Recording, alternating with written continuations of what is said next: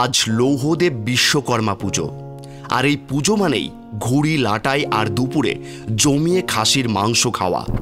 হিন্দু পৌরাণিক কাহিনী অনুযায়ী বিশ্বকর্মা ছিলেন দেবশিল্পী।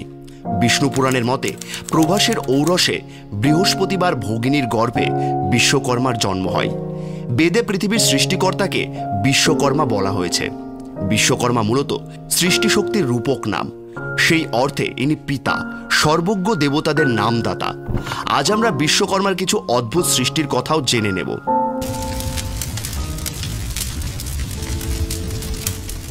বহু মানুষ রয়েছে যারা ভেবে থাকেন বিশ্বকর্মা শুধুমাত্র লোহা, যন্ত্রপাতি, গাড়ি, আসবাবপত্রই গড়ে তুলেছেন।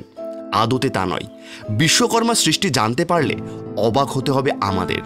শ্রীলঙ্কা থেকে হস্তিনাপুর, দ্বারকা থেকে ইন্দ্রপ্রস্থ, এই সমস্ত জায়গার সৃষ্টিকর্তা আর কেউ নন, তিনি হলেন স্বয়ং বিশ্বকর্মা। বিশ্বকর্মা একটি দলিত সম্প্রদায়ের নাম। বিশ্বকর্মা সেই সম্প্রদায়ের আদিম সভ্য পুরুষ। বিশ্বকর্মা পিছিয়ে পড়া এক জনজাতির ঐতিহাসিক এবং অপ্রতিরোধ্য প্রতিভার বিরল দৃষ্টান্ত বিশেষ। ঋগ্বেদের মতে ইনি সর্বদর্শী ভগবান। বিশ্বকর্মার কৃপায় মানুষ শিল্পকলায় পারদর্শিতা লাভ করে।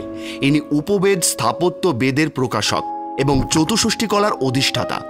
মহাভারতের মতে ইনি হলেন শ্রেষ্ঠ কর্তা, সহস্র শিল্পের আবিষ্কারক, সর্বপ্রকার কারুকার্য নির্মাতা।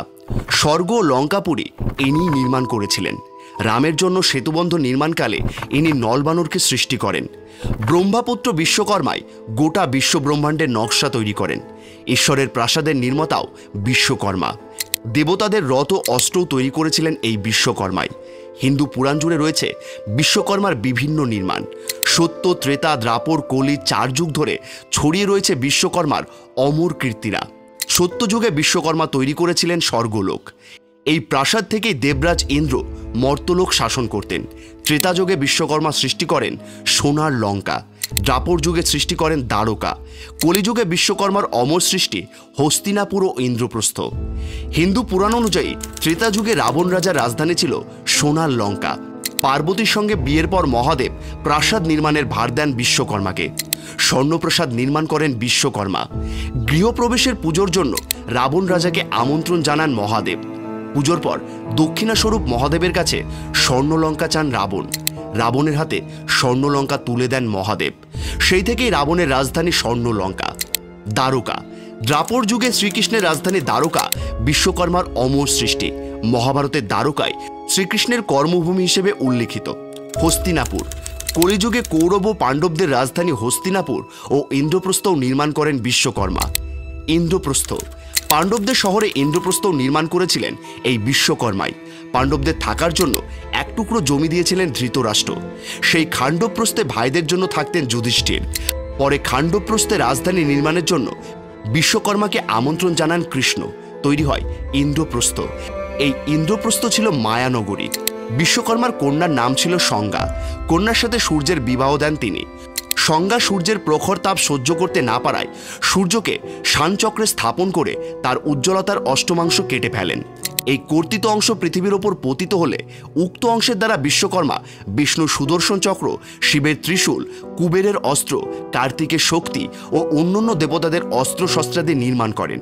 বলা হয়ে থাকে শ্রীক্ষেত্রের প্রসিদ্ধ জগন্নাথ মূর্তি বিশ্বকর্মা প্রস্তুত করেন। বাঙালি হিন্দুগণ যে বিশ্বকর্মার মূর্তি পুজো করেন তিনি চতুর্ভুজা।